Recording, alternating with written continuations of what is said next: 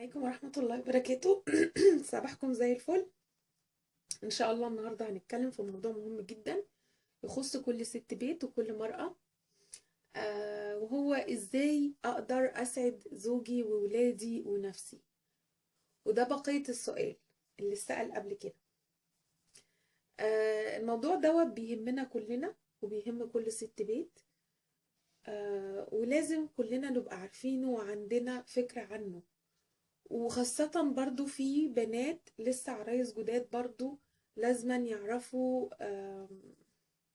المواضيع دي، ودي هتفيدهم كتير في حياتهم. أول حاجة لازما نعرف إن لما أنا أبقى مهتمية بنفسي خارج بيتي وداخل بيتي، وعارفة أنا بعمل إيه، وعندي شخصية و... وليا حدود في تعاملي مع الناس، وكل حاجة كويسة فيها، فبالتالي كل اللي حواليا هيحترموني، سواء أصدقاء، أصحاب، جيران، أهلي، زوجي، كل اللي حواليا. فبقى لازم حاطة حاجة مهمة جدا في دماغي ومقتنعة بيها، إني لو أنا اهتميت بنفسي فكل اللي حواليا هيهتموا بيا. طب النهاردة إن شاء الله هنتكلم في نقطة معينة، أهتم بنفسي وبيتي وولادي بس، مش حاجة خارجية. ازاي؟ اول حاجه اهتم بنفسي، ما يبقاش شعري منكوش وقاعده بيه، ما يبقاش الترنج او الجلابيه اللي انا لابساها هي اللي بنام بيها، هي اللي بشتغل بيها شغل البيت، هي اللي طبخه بيها. ما ينفعش.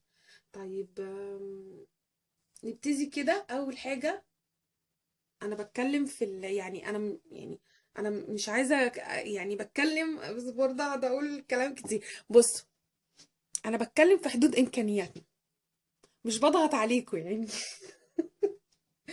طيب، اول حاجه الهدوم بتاعتي، الملابس بتاعتي.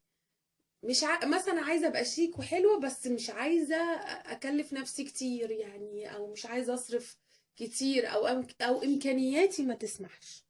اعمل ايه؟ احنا طبعا كلنا بيبقى فيه دايما ملابس عندنا في الدولاب مركونه كده على الشماعات، ونقعد نقول ايه، احنا مش هينفع نلبسها، اصلها قصيره، اصلها ضاقت كده. اطلعها والبسها ببيتي، واغير بدل الروتين بتاعي اللي هو كل يوم البس ترنجات وجلاليب. لا، البس، اطلعها وتبقى ايه، حاجه تغيير كده وشكلها حلو. عندي مثلا بنطلون جينز قصر، باظ، ده اي حاجه، اعمل ايه؟ اطلعه برضو واقصه شورت او برمودا زي ما انا عايزه. وبيجي في الاخر كده مكان القص اللي انا قصيته اجيب ابره واشرشره، اشيل كذا طبقه من الخيط، فهيبقى ايه، فيها هتدي منظر شراشيب جميل كده وحلو. ادي هوت، انا عملت لنفسي طقم او ايا كان من غير ما اكلف نفسي.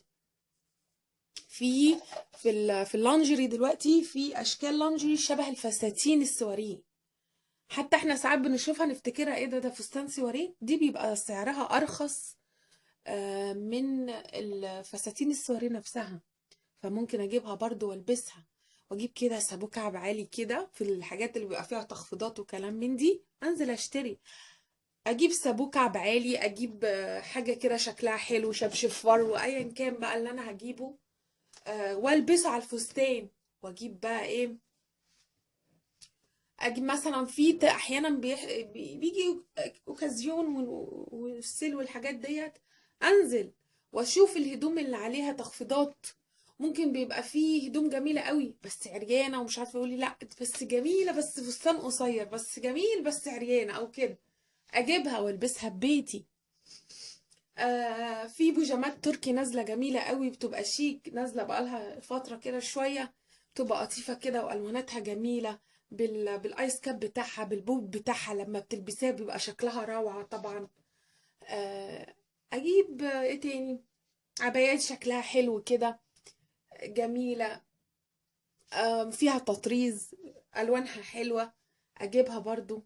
طيب، في برضو حاجة تانية، مثلا ريحة الهدوم بتاعتي، عايزة ريحة الهدوم بتاعتي تبقى حلوة، غير الحاجات اللي احنا بنحطها، الداوني والكومفورت والحاجات اللي احنا بنحطها في الغسيل، طبعا بيدي ريحة حلوة، بس احنا عايزين ريحة حلوة اكتر اكتر يعني. نعمل ايه؟ في الخليجيات بيعملوا فكرة حلوة قوي، بيشغلوا البخور كده وبيمشوا عليه العبايات بتاعتهم من بعيد، بحيث ريحة البخور اللي طالعة ديت بتمسك في الهدوم وبتقعد فترة كبيرة وحلوة يعني، بتثبت في الهدوم يعني. فتلبسي الهدوم كده يبقى ريحتها جميلة أوي. دي فكرة حلوة برضو ممكن أعملها. في المخمريات طبعا، نجيب المخمريات لو ليكي حد بره او كده تقدري تطلبي منه يجيب لك مخمريات من بره، بتبقى تحفه وجميله. في هنا برضو في مصر برضو مخمريات حلوه قوي، تقدري تجيبي برضو وتحطي منها وبتثبت برضو على الجسم، تقعد وقت كبير ويبقى ريحتك حلوه كده وجميله. طبعا العنايه الشخصيه انا مش هكلمكم عليها، اكيد كل ست بيت او كل انثى عارفه هي بتهتم بعنايتها الشخصيه ازاي. آم، في ايه تاني؟ في كريمات بيبقى ريحتها حلوة برضو وجميلة، وانا بعد ما اخلص غسيل المواعين احط كده في ايدي، ادهن في وشي وفي رقبتي كده. في برفانات كده مركزة تبقى تقريبا زي عينات او كده، برضو اجيبها كده واحط في رقبتي واحط كده ايه في ايديا وكده، يبقى شكلها حلو، يبقى ريحتها حلوة. في ايه تاني؟ الاكسسوارات. انا ممكن ما بلبس اكسسوارات خارج البيت صراحة، بس ممكن اجيب عشان خاطر بيتي، عشان خاطر جوزي اجيب. ممكن بجيب خلخال، ممكن اجيب طوق او عقدة، الحاجات الحلوة ديت اجيب، بيبقى فيها نزلت اشكال تحفة طبعا. اجيب منها، اجيب اساور حلوة، ارسم تاتو، اجيب حاجات كده. بقت دلوقتي في طابع التاتو نفسه وانتي ترسمي على طول ايه من التاتو يعني، تجيبي انتي الحنة والتاتو بتحطيه وبعدين ترسمه في ايه، بيطلع شكله جميل قوي يعني. اعمل. وفي تاتوهات جاهزة برضو بتتلزق.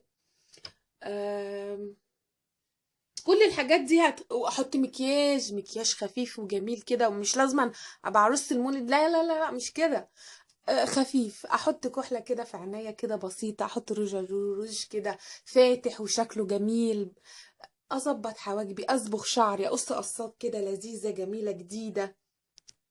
كلها يا بنات حاجات بسيطة ومش مكلفة. حتى لو انا اتكلفت شوية،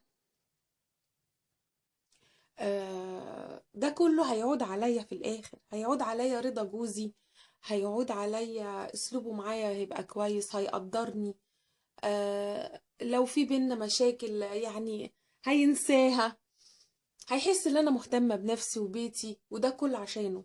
يعني هو برضو بيقعد يفكر مع نفسه، هي عاملة ده كله عشاني، فاكيد لازم انا اتغير برضه عشانها. لو اسلوب وحش هيتغير، لو مش مهتم بيكي هيهتم بيكي لان انتي اهتمتي بنفسك. بس. طيب تاني حاجة ايه يا بنات؟ برضو ممكن في حاجة تانية حلوة، انا كل ما بدخل اجيب لبنتي توك، لانها بتشبط في توك كتير جدا، فبدخل اجيب معاها توك انا كمان، واجيب توك كده فيها المظات وورد وحاجات والطوق وحاجات فيها اشكال جميلة صراحة في التوك دي يعني. بجيب معاها وهي ليها حاجة مخصوصة، هي بتختار اللي هي عايزاه وانا بختار اللي انا عايزاه. ممكن برضو، بص في حاجة تانية بقى مهمة كده، كفاية بقى نتكلم في اهتمامي بنفسي. في حاجة تانية مهمة قوي، عشان ما يحصليش اكتئاب وازهق واحس ان انا شايلة الدنيا كلها على دماغي وما اعملش كل حاجة من اللي انا بقول عليها دي. دوت بيبقى بسبب تحمل المسؤولية لوحدك، ما ينفعش. وهو دوت يا بنات اللي بيتعبنا، هو ده يمكن 90% اللي عامل مشاكل في بيوتنا يعني، هو تحمل المسؤولية لوحدك. لا يا حبيبتي، ما تجيش على نفسك، لازم أن تخلي الطرف الآخر يستحمل، يتحمل المسؤولية معاكي. ازاي؟ انا مثلا بروق وبنضف البيت وكده، مش قادره انزل اجيب طلبات البيت، وهو جاي من الشغل اقول له معلش هات لي معاك كذا كذا كذا، ده تحمل مسؤوليه. انا بذاكر لولد والولد التاني عنده مذاكره، اخليه هو يذاكر لواحد وانا اذاكر لواحد. الولاد عاملين دوشه وانا مش قادره ازعق ولا اقوم اقول له اسكت، اقول له لو سمحت تصرف مع ولادك. ولد غلط اقول له اقعد كلمه، لازم انا اشاركه معايا. لان في نوع من الازواج كده بيبقى واخد له ركن كده في الجنب، تحس ان هو ضيف في المنزل ولا ايه، ما تفهميش. لا لازم ندخله غصب عنه. وعلى فكرة الرجالة والله بيحبوا دايما يعني يحسوا برجولتهم وبيحبوا يتحملوا المسؤولية يعني، بس انت تديله الفرصة، انت اللي شاركيه معاكم في حياتكم. طيب ايه تالت حاجة؟ انا بتكلم بس بسرعة. آه، وطبعا في كلام كتير في النقط اللي انا بتكلمها ديت، بس انا بكلمكم بانجاز وباختصار. طبعا ولادي، ولادي اهم شيء في حياتي. يعني لأي أم ولادك أهم شيء في حياتك، مفيش حد تاني أهم منهم في حياتك. لازم أربي ولادي كويس، لأن ولادي في وشي بمعنى أصح. ولادي لو أنا مربيهم كويس هيقولوا مامتكو ربكو كويس، مامتكو كويسة. الأخلاق، أخلاقهم وأهم حاجة دي يا بنات الأخلاق. لازما اقعد كده مع ولادي، وخاصة الصبيان. البنات بيجي منها وسهلة تربيتها عن الصبيان. الصبيان عناديين شوية ومتعبين في التربية بتاعتهم. مثلا انا ابني مثلا في اعدادي وكده فبيلاقي اصحابه مثلا بيهزروا معاه. هو بيحكي لي طبعا، بقعد معاه، انا صاحبته قبل ما اكون مامته، واخواته كلهم طبعا بقعد معاهم واتكلم، فبيقول لي يا ماما ده اصحابي بيهزروا مع بعض، بيقولوا الفاظ سيئه ومش عارفه ايه مع انهم على فكره في مدرسه محترمه جدا يعني. بس ده ملهوش دعوه بالمدرسه او بالمكان، ده بالتربيه. فبيهزروا مع بعض كذا كذا، قال لي يعني اللي هم قالوه كده. فانا يعني المفروض اعمل ايه يا ماما؟ يعني اعمل زيهم، اقول زيهم عشان ابقى يعني كده انا يعني راجل او كده ولا ايه؟ قلت له لا يا حبيبي، اوعى تعمل كده. اولا اي واحد من صحابك يتكلم معاك بطريقه مش كويسه، يهزر معاك بايده، انت مش صاحبي، قول له كده في وشه انت مش صاحبي، لان انا ما ينفعش صاحبي يبقى زي واحد زيك كده. ليه؟ لاني ولا بحب الشتيمه ولا بحب اهزر بالايد. اقسم لكم بالله يا بنات ان انا ولادي لغايه دلوقتي ما بيعرفوش يشتموا. وعلموا حد كبير قال لك كلام انت مش مقتنع بيه، قول له حاضر وما تردش عليه. لما حد من اصحابك يشوفك ما تهزرش معاه، انت مش صاحبي، وابعد عنه واقطع على طول. لاني الصاحب ساحب. حطها في دماغ ولادكم وفهموهم حاجه زي كده. الصاحب ساحب. يعني لو كويس هيسحبني للحاجات الكويسه والحاجات الصح، لو وحش هيسحبني للحاجات الوحشه.